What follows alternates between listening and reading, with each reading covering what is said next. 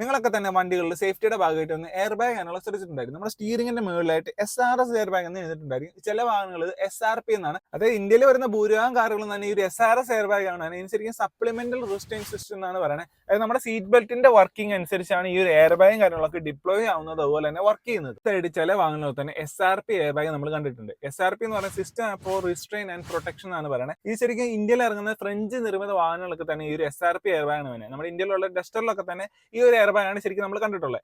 SRS air bag വന്നെ എല്ലാ ഫീച്ചേഴ്സും തന്നെ ഈ ഒരു SRP എയർ ബാഗ് വന്നുണ്ട്. അതായത് നമ്മുടെ എയർ ബാഗ്, അതുപോലെ തന്നെ പ്രീ ടെൻഷൻ സീറ്റ് ബെൽറ്റ്, അതുപോലെ തന്നെ ലോഡ് ലിമിറ്റേഴ്സ് കാര്യങ്ങളൊക്കെ തന്നെ ഈ ഒരു SRP വന്നുണ്ട്. അതായത് ഈ ഒരു SRP എയർ ബാഗ് ശരിക്കും കുറച്ചുകൂടി ക്ലെവർ ആണ്. ശരിക്കും അഡീഷണൽ ആയിട്ട് 1-2 സെൻസേഴ്സും കാര്യങ്ങളൊക്കെ തന്നെ ഈ ഒരു SRP എയർ ബാഗിന് ശരിക്കും വന്നു. അതായത് വാഹനങ്ങളിലുള്ള AC യൂണിറ്റ്, അതായത് വണ്ടിയുടെ എയർ ബാഗ് കൺട്രോൾ യൂണിറ്റിനെ കറക്റ്റ് ആയിട്ട് ഇൻഫോം ചെയ്യും. പാസഞ്ചറിന്റെ വെയിറ്റ്, അതുപോലെ തന്നെ സീറ്റിംഗ് പൊസിഷനെ കുറിച്ച് കറക്റ്റ് ആയിട്ട് ഇൻഫർമേഷൻ കൊടുക്കുന്നുണ്ട് ഈ ഒരു SRP എയർ ബാഗ് വരുന്ന വണ്ടികളിൽ. അത് ഇതിന്റെ ഫംഗ്ഷനിങ് കാര്യങ്ങളൊക്കെ ബാക്കിയെല്ലാം തന്നെ സെയിം കാര്യങ്ങളൊക്കെ തന്നെയാണ്.